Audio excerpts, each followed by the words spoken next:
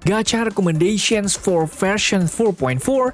Yep, I know this is probably the video many of you have been waiting for before facing the massive banner lineup coming in version 4.4.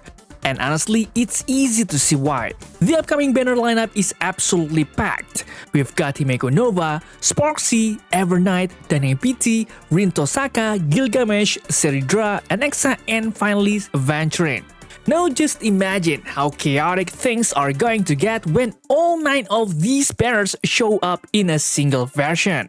With this many banners, it's obvious that a lot of players are going to be confused, especially newer players who are forced to choose between so many different characters. So don't worry, I'm Hoyostation, and today we're jumping straight into the version 4.4 Gacha Recommendations. Let's do this! As usual, I'm going to briefly talk about each character that's coming and give my personal evaluation of them. Let's start with Phase 1. The first banner, and easily the highlight of this version, is Himeko Nova. At first glance, Himeko Nova shares the same path and type as the original Himeko, being a fire erudition character. However, the biggest difference is that instead of focusing on follow-up attacks as a sub-DPS, Himeko Nova is now a main DPS who heavily relies on her ultimate called We to Strike the Stars. Her ultimate summons the Star Blazer in the form of a giant robot, which is then piloted by Himeko Nova alongside all of your teammates. This ultimate mode unleashes incredibly devastating attacks against enemies. One thing you absolutely need to understand about Himeko Nova is that she heavily benefits from Astral Express characters. I probably don't need to explain who those characters are, since they are basically the characters we've been using since the very beginning of honkaistarrail. So if I had to put it simply, Himeko Nova has extremely accessible teammates for newer players. On top of that, Himeko Nova is also interesting because she introduces a completely new mechanic to honkaistarrail called Assist Skill. At least for now, this is a new button that only Himeko Nova can provide. Whenever we use the Assist Skill button, we call the Star Blazer to attack the enemy. This means the mechanic is especially useful for support characters who normally contribute very little damage, because now they can at least help deal damage by simply pressing this button. Unfortunately, if you use this assist skill during a character's turn, that character's turn will still be consumed and treated as if they used a skill. The exception is Astral Express characters.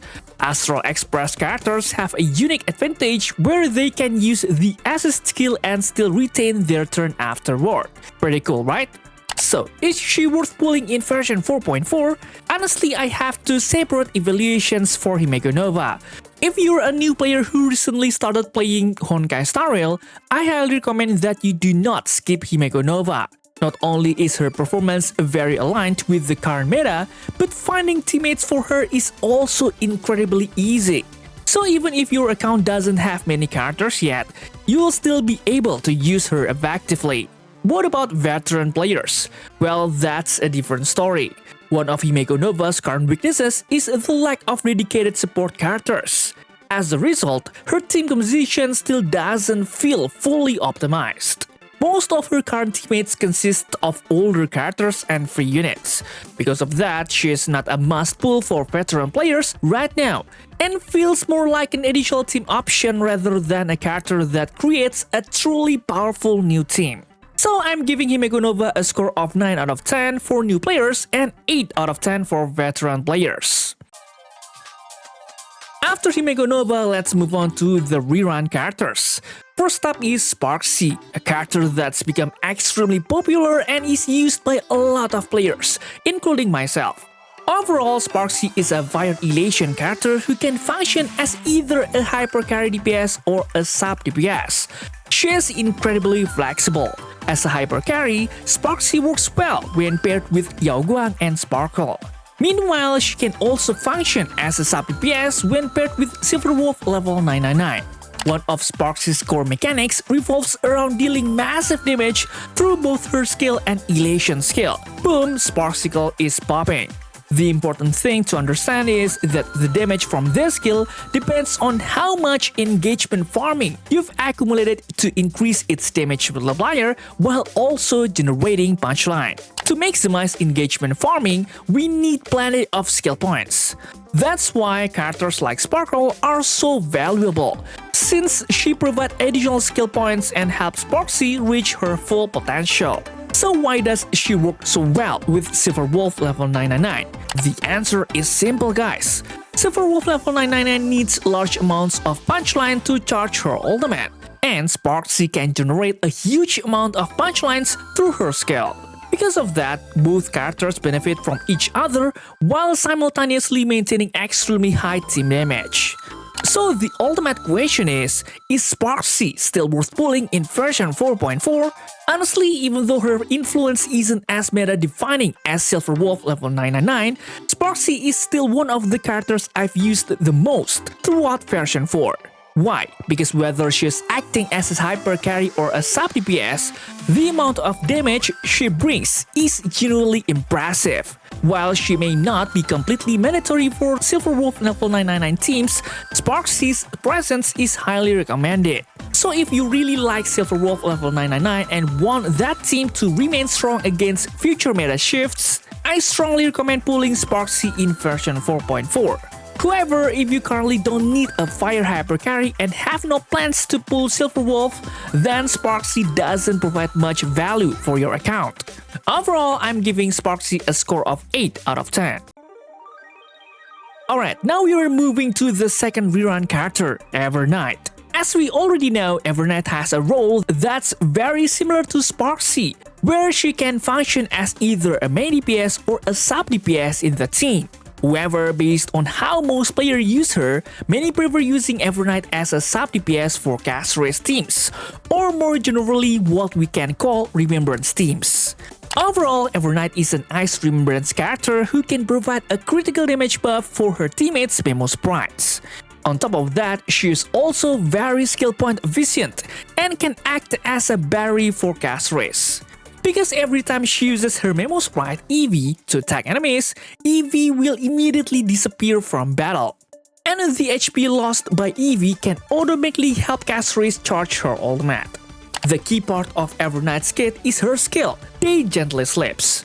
Evernight consumes 10% of her HP to summon Eevee, while also increasing the critical damage of all allied Memo Sprites based on the amount of critical damage she has. So the higher Evernight's critical damage is, the bigger the critical damage increase received by your team's Memo Sprites. From this alone, we can already see how strong Evernight is a sub DPS for cast race, because she can help increase cast race's damage much further than before. So with all of these strengths, is Evernight still worth pulling in version 4.4? Just like Himeko Nova, I actually have two evaluations for Evernight. If we look at her from perspective of remembrance teams, Evernight clearly has excellent value. She can deal solid damage while also providing buffs that increase the damage of the entire team. On top of that, if you have Cerydra, Evernight can also become one of the energy battery options that helps Cerydra use her ultimate faster. Honestly, even though she has a strong kit, unfortunately, Evernight also has one major weakness. She is heavily focused on remembrance teams. So if you're currently a new player or someone who has no interest in building remembrance teams in version 4, then you clearly don't need Evernight at all. On top of that, there's currently a rumor that Robin Sumereto, who is expected to release in version 4.5, also has a similar role to Evernight, where she can provide buffs for remembrance teams. This makes Evernight's position even more threatened. So far, for now, I'm still giving Evernight a score of 8 out of 10. But this evaluation could change once Robin Sumereto's kit is released in the near future. And finally, we are moving on to the last rerun character in Phase 1, Heng PT. As we all know, this character is a physical preservation character whose job is to act as a sustain by providing shields to the team while also giving an attack buff to one teammate, making him suitable for hyper carry teams. So if I had to put it simply, this character has a really strong kit. On one hand, he can keep our team safe. At the same time, he can also provide buffs that increase the team's damage output. And on top of that, he can still deal damage to enemies, although of course not as much as our main DPS characters. Based on my experience using this character since his release in version 3 until now, Heng is one of the characters I consistently use in several of my reliable teams to clear endgame modes like MOC, Pure Fiction, Apocalyptic Shadow, and even Anomaly Arbitration. The main reason is because he fits extremely well into many different team compositions. So it's no surprise that he considered one of the best sustains in the game right now. Oh yeah, and Heng PT also works extremely well with Himeko Nova, because aside from the fact that Himeko Nova uses a hyper carry team composition, she also really needs Heng's attack buff to push her damage even higher. So, is this character a must pull in version 4.4? Honestly, if you're a new player who missed the chance to get Heng for free back in version 3, then you absolutely should pull Heng in this version. On top of that, if you have his signature light cone, it further improves Heng's role as a character with dual functionality, acting as both a shielder and a healer in one unit. This makes his sustain role even stronger. It's pretty obvious that this character has value equal to 9 out of 10. Unfortunately, since most of us already have this character, there isn't much reason to pull for him again in version 4.4. After talking at length about Phase 1, now we are going to discuss Tohsaka, the Fate Stay Night collaboration character that many of us have been waiting for a long time. As we already know, Tohsaka is a Quantum Erudition character whose kit and lore both fit extremely well with Archer, because she has a special talent that only activates when Archer is in the team. But actually, aside from that, Rin is a very flexible character in terms of role. She can be used as a sub DPS in Archer teams or a main DPS in a hyper carry team composition that relies on multiple support characters. One important part of her kit that you need to know is that she has an important stack called Gem Energy. We can gain Gem Energy every time a teammate restores or uses skill points. Once the stack reaches at least 15 points, Rin can enhance her skill into a stronger version that deals massive damage. This is because the damage of this skill depends on the amount of gem energy we have. The more gem energy we have, the higher the damage it deals.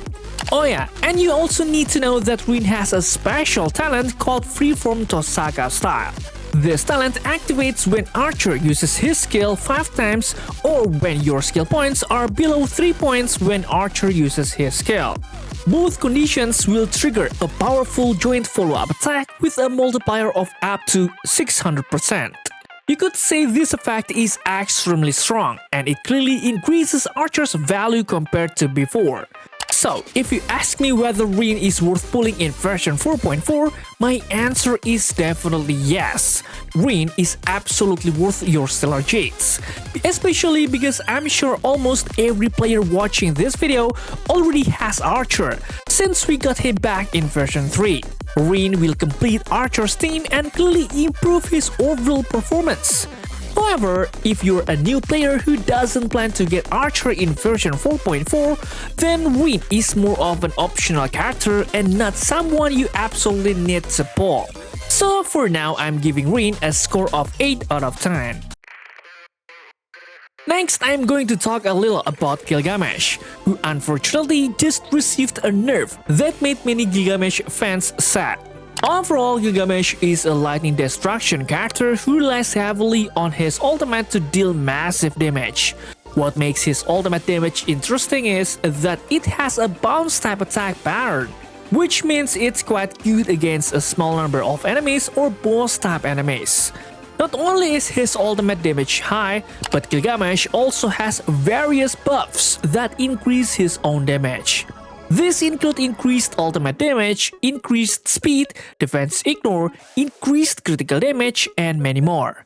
So you could say that Gilgamesh is actually a very self-sufficient character, even if you don't pair him with harmony characters. On top of that, this character has a trace that grants additional energy every time a character in our team triggers their ultimate. This means characters who can frequently use their ultimate will become excellent batteries for Gilgamesh. Oh yeah, and just like Rain, Gilgamesh also has a joint attack if you pair him with Saber in the team. Even though the activation method for this joint attack isn't as fast as Rain's version, the damage dealt by this attack is extremely high. It also provides free energy and increases Saber's ultimate damage.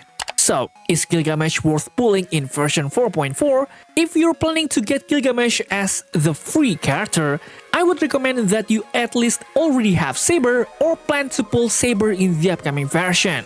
Because even though Gilgamesh is a good free character, his kit really doesn't reach its full potential without Saber in the team acting as his battery.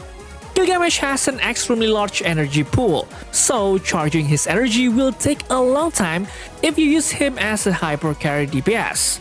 Meanwhile, if you're planning to pull for his Eidolons, I honestly don't think they're that necessary. I think you're better off pulling Saber instead, so his kit can reach its maximum potential.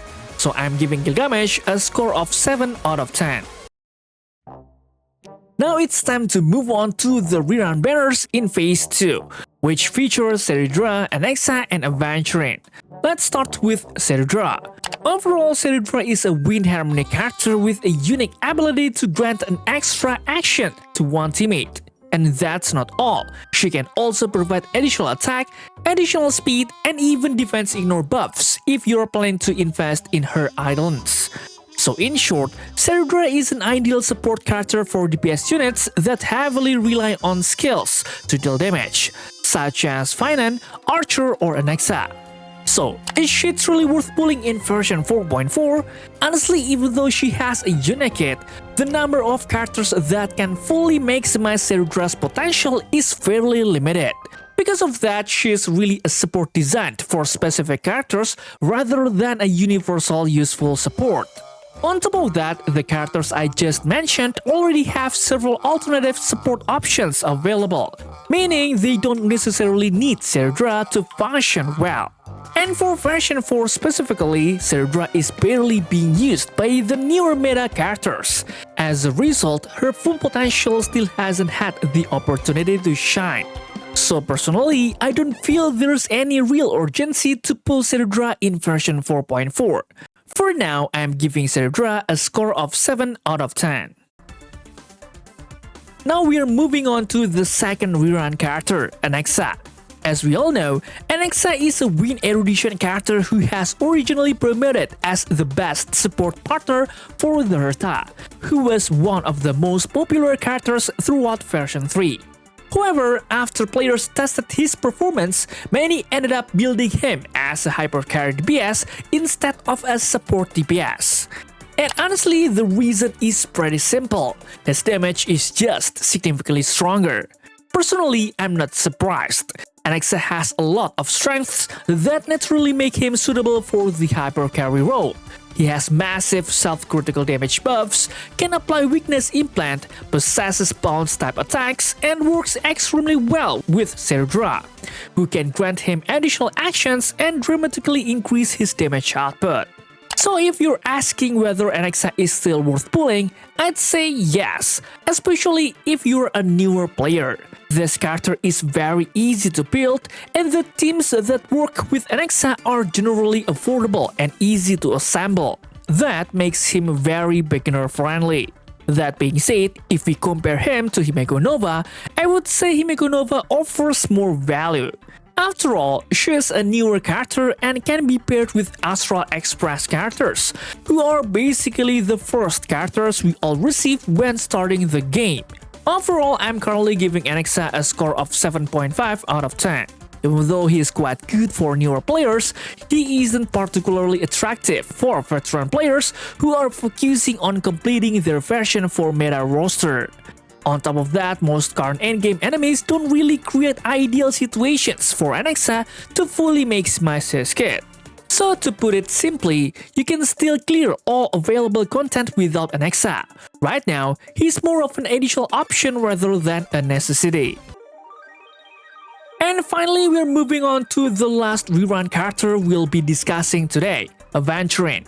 Alright, I'm just going to be completely straightforward here. I think this character has become much less relevant in the card meta, especially because most players now have Heng, who essentially serves a similar role while also providing significantly better utility through his ability to buff one teammate.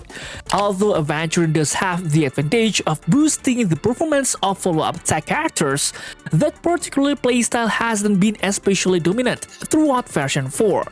On top of that, Aventurine doesn't have particularly strong synergy with the card meta, which revolves around Elation teams, Super Break teams, or the Remembrance teams that were popular in previous versions. And perhaps the biggest problem is that Heng's banner is also available in version 4.4. This means players looking for a strong sustain character really don't have much reason to choose Aventurine over Heng. So far, I'm giving Aventurine a score of 6 out of 10. In other words, I don't think he's worth pulling unless you are a huge fan of the character or simply want to collect him for your account. Okay guys, maybe that's all for now. What do you think about these characters? Feel free any comments down below and don't forget to check out my other videos because they are no less cool. Thanks for watching, stay safe, stay healthy, and see you in the next video.